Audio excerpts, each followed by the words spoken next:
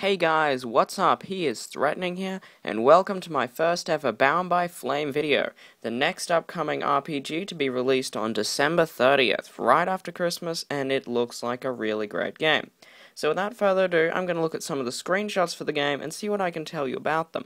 Feel free to comment below what you think, and let's get right underway with the video.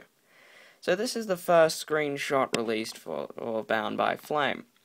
As we can see here, the protagonist, being possessed by the fire demon, has stepped forward against the Lords of Ice, and these are some of the companions in the game. So we have a ranger, a spellcaster, a warrior, another wizard, reminds me of Morrigan heavily, and a strange-looking undead guy to the far left. Now, an interesting thing here that interested me a lot was the fact that all the undead in the game aren't actually evil. The Deadwalker armies, commanded by the Lords of Ice, are the evil ones, but this guy on the left here is conclusive evidence that all undead in this game aren't evil, contrary to what 90% of all games seem to think. So let's move on to the next shot. This shot reminds me heavily of Harkon from the Elder Scrolls V Skyrim Dawnguard, as he grips the protagonist, ready to throw a fireball into the face of the Harkon-looking monster. It looks like a really old vampire, undead vampire-looking thing. As you can see, there's a lot of grease on its hands, so it's definitely been around these ice caves for a while. Now, if you look to the far left at the bottom of the screen, you'll notice there are what appears to be dead bodies. This monster has claimed plenty of victims in this strange ice cave lair of it, and it just looks pretty cool. It's also filled up on many things, and the protagonist would be its next victim. Also, there appears to be a strange light at the protagonist's belt. A strange stone emitting a light, so perhaps it is a light stone or of some kind of flint and tinder material, something like that could light up a cave for you, if the pyromancy didn't do that for you. As we can see, the character must have already given up some of himself to the demon to unlock these powers, or perhaps this is just a taste of what the demon has to offer in the future. Now let's move on to the next screenshot. As we can see here, this is a huge boss fight. If you look up, you'll see a castle into the far left. Upper left-hand corner, you'll see a huge castle there. Now let's focus back on this huge demon-looking thing. He reminds me heavily of an ox, and the size of that battle axe can probably cleave straight through any kind of armor you can craft. Also, if we look behind him, there appears to be a second castle. Perhaps the Deadwalkers have seized both castles and your job is to reclaim them, or perhaps he was attacking that castle until you showed up, and he decided he'd rather eat you than continue attacking the castle. The game's AI is said to be very intuitive, so it'll be interesting to see what decisions the enemies make that counter your decisions. For instance, if you decided to attack him head-on, would he chase you, or would he just try to kill you on the spot and then continue his work? Would he chase after you? Would he try to break down the castle? I'd really like to see what Spider Studios comes up with in this way of defending and attacking from both your perspective and the enemy. Now, if we look to the right here, we'll see a little ice cave hidden there. So perhaps you could hide in there. I'm doubting you could do this, but it would be fun to hide in little areas. It would make stealth a lot more fun, and kind of a bit more like Assassin's Creed, compared to all the other games who have stealth engines that don't really look that good. Next screenshot, we see what appears to be the same guy from the last screenshot. If we'll quickly fly back to that, we see him here as about 10-11 feet tall if you count the horns. But this one seems to be a much shorter version of him. And I'm not 100% sure, maybe undead have small versions of themselves? As we can see here, that is the Rogue Archer. As if you look at his ears, you'll notice that he is an elf, and he has a dagger in his right hand and a bow in his left hand. The bow appears to be of elven making, and he also has a strange-looking scroll or pouch attached to his backside there by the clip at the front of his belt. So, it's safe to assume that perhaps he has a scroll to throw and destroy that big monster, as it probably would take a pretty big blast to take down such a huge creature. And look at the size of that battle axe again. I mean, if I play this game, I'm definitely going to be a two-handed warrior, and if I can get that battle axe, I will love Spider Studios for the rest of my life. They are very, very cool looking weapon, and battle axes are just badass. So the next screenshot we see the witch character, I believe her name is Edwin, about to cast a lightning spell at what appears to be an eyeless worm dragon looking thing. I don't know, if you look up behind it, you'll see it is in fact clutching what looks like a skull. And it also has humanoid hands and very thick plated armor around the face. So it's pretty obvious this creature has a weakness around the heart, as you can see that around its heart its skin isn't as tough as on its head and all that. So it looks pretty interesting. Also, you can see another castle in the corner and what appears to be ice spikes. So if you're already in the Lords of the North domain area, this is probably a later game shot. It's interesting though to see, perhaps you can reach here early game depending on your decisions, and Edward reminds me heavily of Morrigan from Dragon Age, but we'll get back to that later. The next screenshot we see an undead here, a huge, weird telekinesis undead thing that reminds me of an arcane horror, again from Dragon Age. Also, if we look around, we'll see piles of dead bodies on the right there, mixed in with rubble, and on the left. We also see another undead there, and the protagonist, I believe he is, and he is dual-wielding. He also has another sword on his back. Now, if you look at the clip across his armor, it looks like he has a small dagger in the front. I'm not 100% sure what that is. It may be just how I'm looking at it, but it does look like he has a small dagger. This creature is levitating, so it's probably immune to ground spells like Earthquake, if such existed. Now, if you look in the corners as well, you'll see the reflection of light of this guy, as well as on the floor.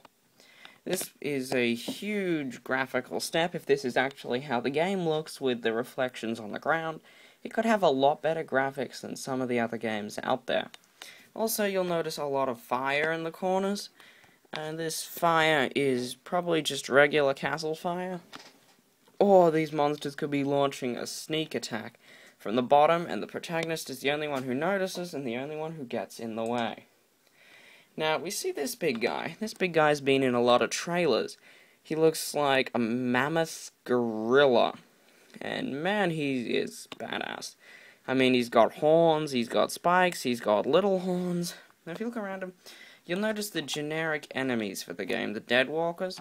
They look pretty weak, this version of them, so this could be early on in the game. Also, the area around this area looks just like the teaser trailer area, so perhaps this could be somewhere near the beginning of the game. There's also the Deadwalkers around here who are actually actively avoiding his arm.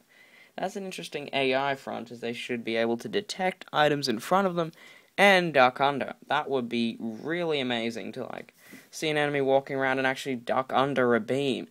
Because, in games like The Elder Scrolls Skyrim, they just walk straight into the beam and keep going. It was really weird to have that, but it would be great to see them actually moving around objects instead of just straight through them. Or perhaps that could be an event cutscene of some sort. Now, the next screenshot depicts the protagonist standing in the face of a stone dragon.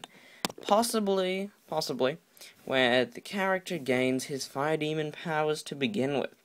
That dragon looks pretty malevolent, like he himself was once possessed by a fire demon.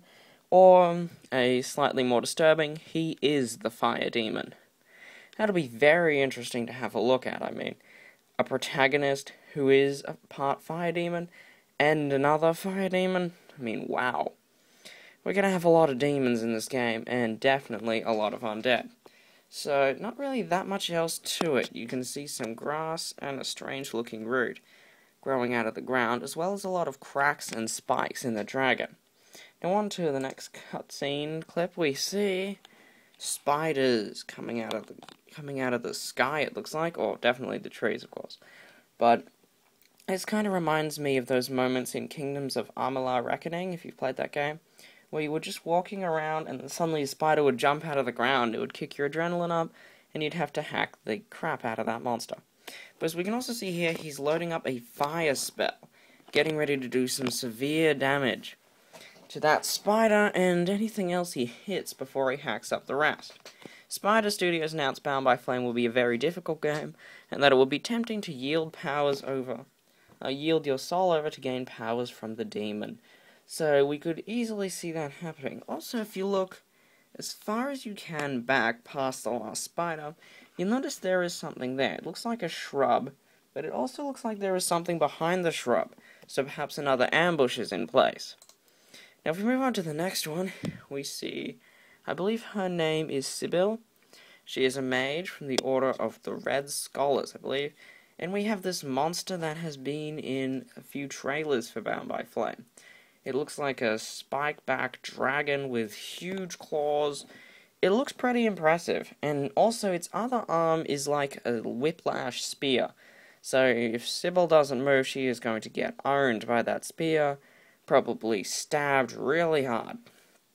Now, if you look at her costume, her top bare legs are probably a reference to the romance that can possibly happen in Bound by Flame in order to entice the main character.